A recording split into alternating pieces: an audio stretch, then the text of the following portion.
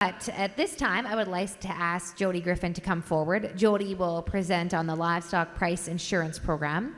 Jodie is the program coordinator for a livestock price insurance program with the Saskatchewan Crop Insurance Corporation for the past 10 years. Prior to this, she has been in the cattle industry for the past 30 years, predominantly in cattle finance and marketing. She resides with her husband on a ranch near Delisle, and you'll also find her in the rodeo ring as a barrel racer.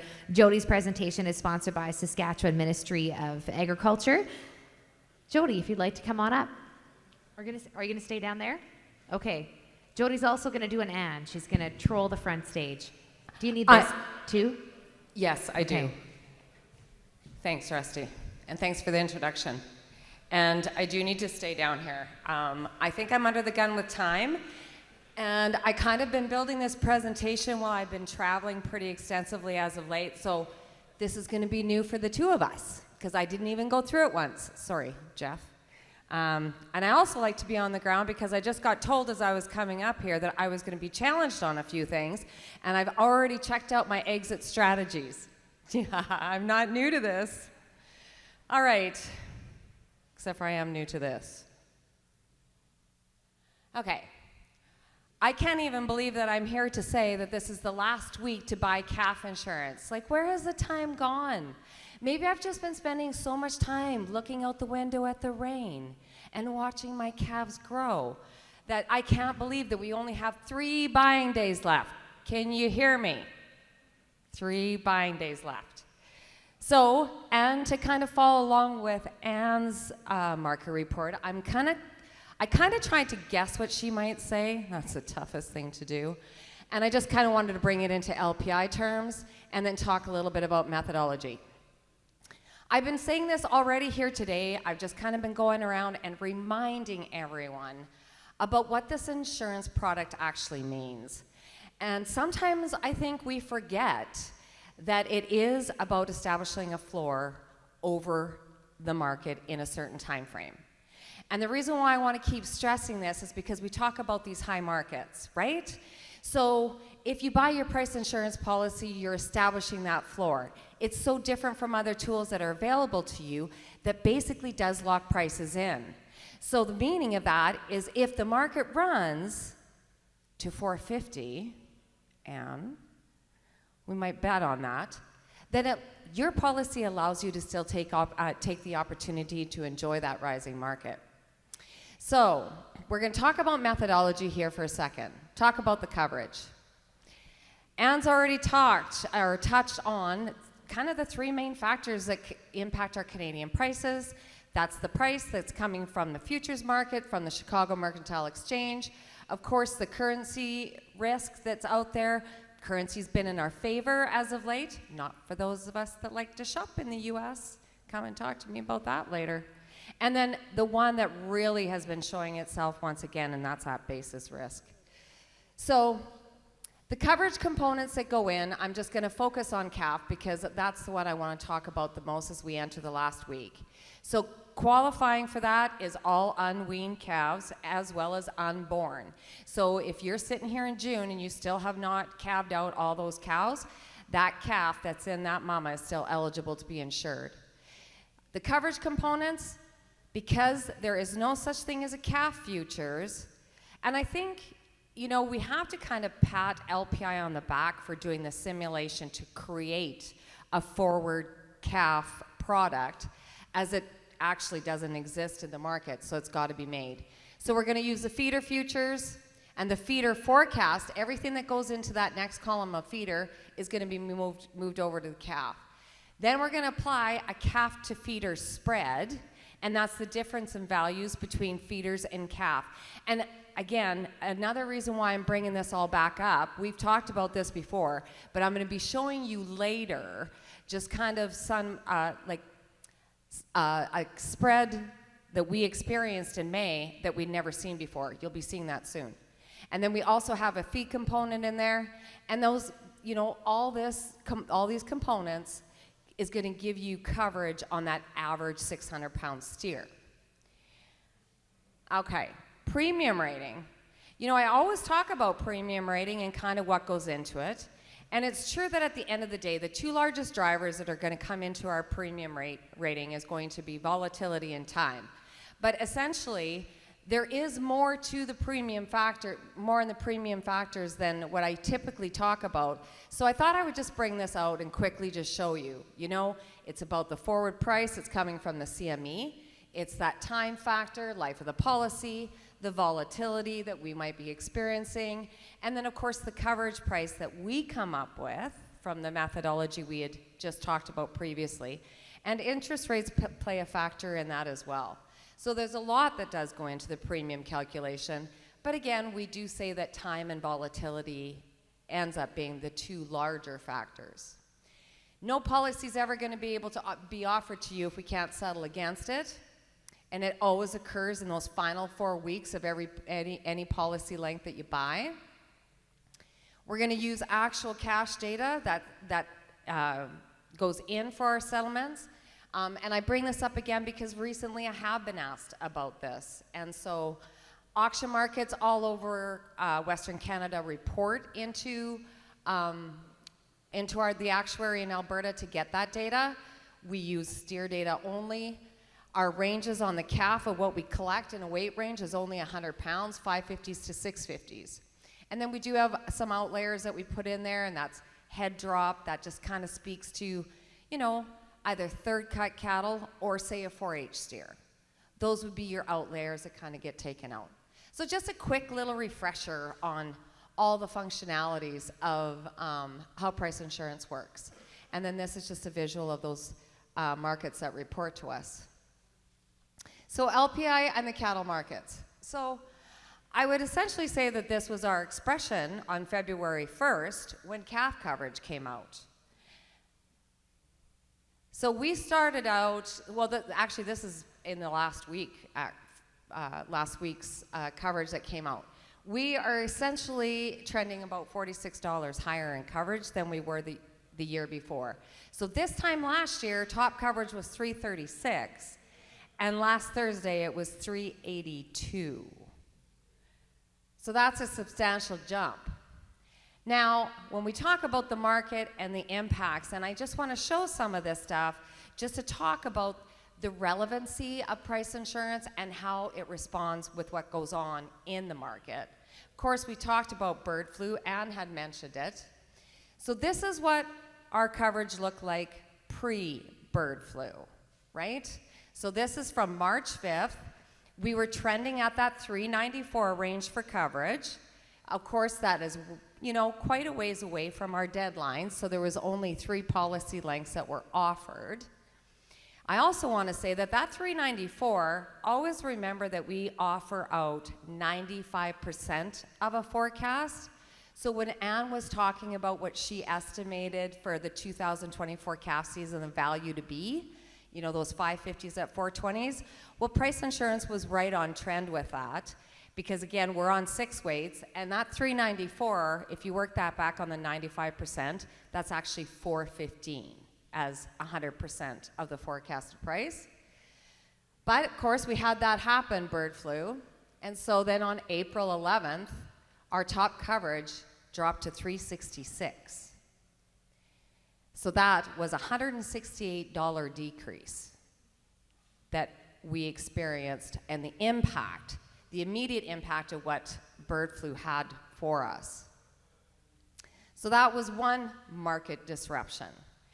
The next one, a little bit more on a positive note, and one that you've probably never heard me talk about in great lengths, is talking about that feeder to calf spread.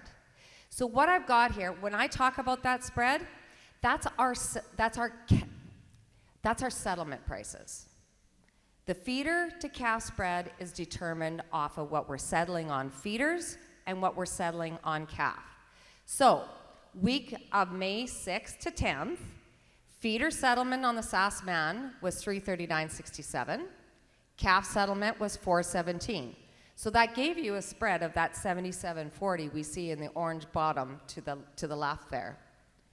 Now, the following week, May 13th to 17th, we had feeders drop back to $328, but look at what calves did. 6 weights in that week frame jumped to $435.46. That took the spread to $107.20, and it was the first time ever in the history of price insurance that we ever exceeded $100 on a spread. And what did that correlate to? Well, on May 9th, top coverage was at $372, so $2,232. And it just got us up there to our $23.38. I think I got that math wrong, to be honest with you.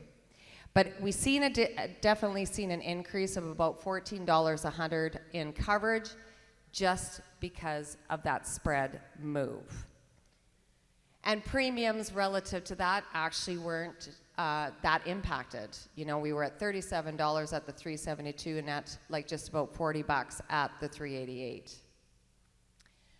So the other thing that especially as we head into this last week, and if you guys haven't taken out your price insurance and are still trying to decide whether or not you want to make that decision, let's just analyze a 20-week policy as it was last week. So top coverage in that time frame was $374. So that was giving you price protection of $2,244 on an average 600-pound steer, okay? Costs associated to buy that was like $40 a head, $39 even. Let's drop down $10. So let's drop down to $384. It's going to give you $2,184 coverage. And the cost is going to be $27.48. Now, we're going to head down another $10, and that's going to take $60 away in coverage. That's at $354 at $2,124, and it's going to cost you $19. So I feel by this exercise here, it is so important when you look at this to take the time to do the analysis and to examine the top to the bottom, because sometimes you'll see that there's not really a difference in coverage from a dollar perspective, but there can be a very big impact. Like if you look, that's $120 from the 354 to the 374, but it's half the cost to buy. This is the reason why we have a premium table that offers this level of coverage, being that 95% to, we say that when we come out with that table, it's 95 to 75% of the forecast for that day, to allow you the opportunity to make decisions that better reflect your risk and your operation. So as we head into this final week, if you haven't done your calf insurance yet, just take some time and do this math. And there's ways that you can make some really good risk management decisions off the table. Oh, and I guess I did add the bottom in here. So if you drop down another $8, that gets you to $2,076, and it drops your premium another $4 to that $1,452. So some really good risk management work to be done on the premium tables now. So why would we insure on a rising market? Well, it's not all sunshine and roses, in the sense that on the feeder program into the end of 2023 and into 2024, we sold record volumes of feeder insurance. Those guys who were buying your calves last fall were loading up on insurance. Did it pay for them? We've been paying out on the feeder program every week in the month of May. Every week. So, and you can see here, you go back to September 20th, this is where we were on feeder coverage. You know, I had 348. I just took a block of the top 3 prices that were being offered at that time. These are the settlements, on a 4-week policy, these are the settlement prices that were associated to that policy that you would have purchased. So they were in claim, you were in claim every week in the month of May. And it continues to be that way. So I know a lot of people have said, like, why would we buy insurance? We're on a rising market. Well, sure, that's true. However, the volatility out there still remains. And again, it's been enough here on the feeder program that we're paying out each week. We'll see what this week does. So other factors we've been talking about, I've heard it already here today, is this, we don't like talking about things like this, but this is one of an issue that is maybe not in the top of our mind, but it's on our mind, is whether or not we had foot and mouth disease. And of course, we've seen what bird flu does. Price insurance on these catastrophic events is your best, if not only, defense. There's no other risk management tool that's available to you that doesn't have a force majeure clause attached to it. And what that means is, if a border closure were to occur and you were a policy holder, your policy remains intact. So important to think about when we come up to these type of situations. We don't want to be there. However, just like Anne had said in her presentation, there's things that happen out here in this marketplace that we can't control. And that's the purpose of having price insurance available to us. And I'll wrap it up and just remind you again, it is a floor price. It's about protecting the down. It still leaves you the potential of upside if the market were to rally. So, and quickly, how have I done? Am I okay? I'm good? Okay. Just some important dates. Of course, this week, being last week for the calf insurance, last day to buy will be June 13th. That's this Thursday. Going out into the fall, the first settlement date on the calf program will be September 9th. The first settlement date for the feeder program will be August 6th. Now, the Saskman feeder program is now in blackout for settlement. It's still there for you to be able to purchase, but from settling, we are in blackout. Alberta feeder policies, they're still settling, but they're going to be going into blackout as well. So just some important dates there to be mindful of. And yeah. I just want to give you an opportunity to have a few questions on the floor. If there is some questions, we should have them now so that we can get to your coffee break. Does anyone have a question for Jodie? Okay. Jodie, you have to share your mic on that I think side. you guys should race. But that's okay. Whoever you go gets here first. That one is, I think, on. Go ahead. Thank you. Jodie, we discussed this at the coffee break, but I'll ask it in front of the group. In order to settle a contract, there has to be an active market, and in the event of a border closure, there isn't an active market. In the case of BSC, it took 2 years before that developed, and so technically somebody would be waiting 2 years to get paid. What has been done to address that? Good question, Jeff. So if you guys heard what he had said, he's asking if there was a border closure, because we do say that the markets have to reestablish before we could settle. So we'll talk about that.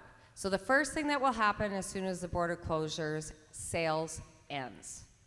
Price insurance would not be able to offer coverage because our coverage is based off of the CME in the US, right? And our border would be closed. As far as settlement goes, yeah, you're right, Jeff. We have criteria in our settlement that we have to have a certain amount of volume available to make a settlement. So right now, our minimum volume required is 300 head on the calf program and the feeder program. And also remember, for us in Saskatchewan, we are Sask, Manitoba.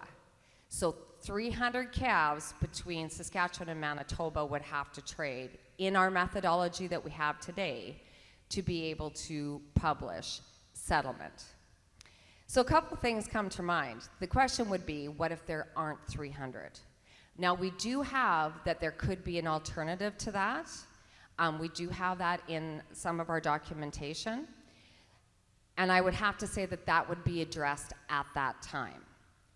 What I can confidently say is we wouldn't leave you a year 2 years, 6 months waiting on something like that.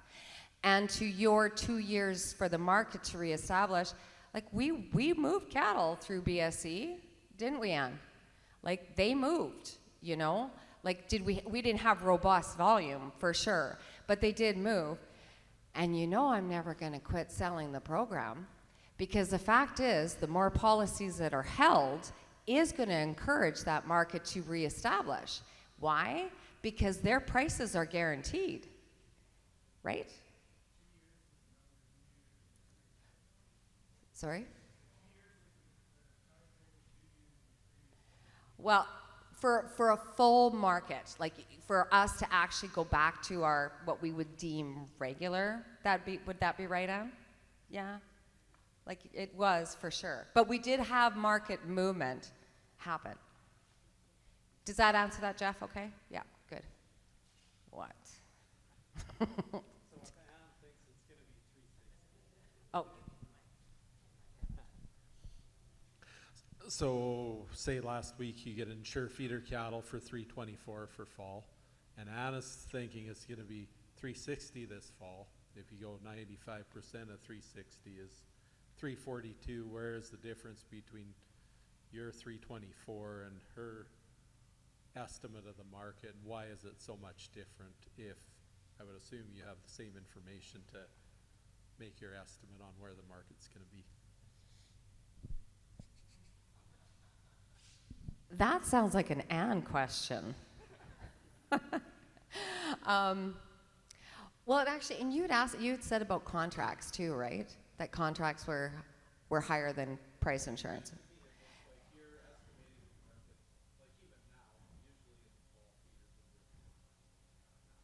Mm-hmm. Mm-hmm. Right. What do you mean guess? Okay, he just stabbed me. He just stabbed me on that one. Well, okay, I just want to kind of see if I got, I thought I had the feeder one up here. I would, yeah.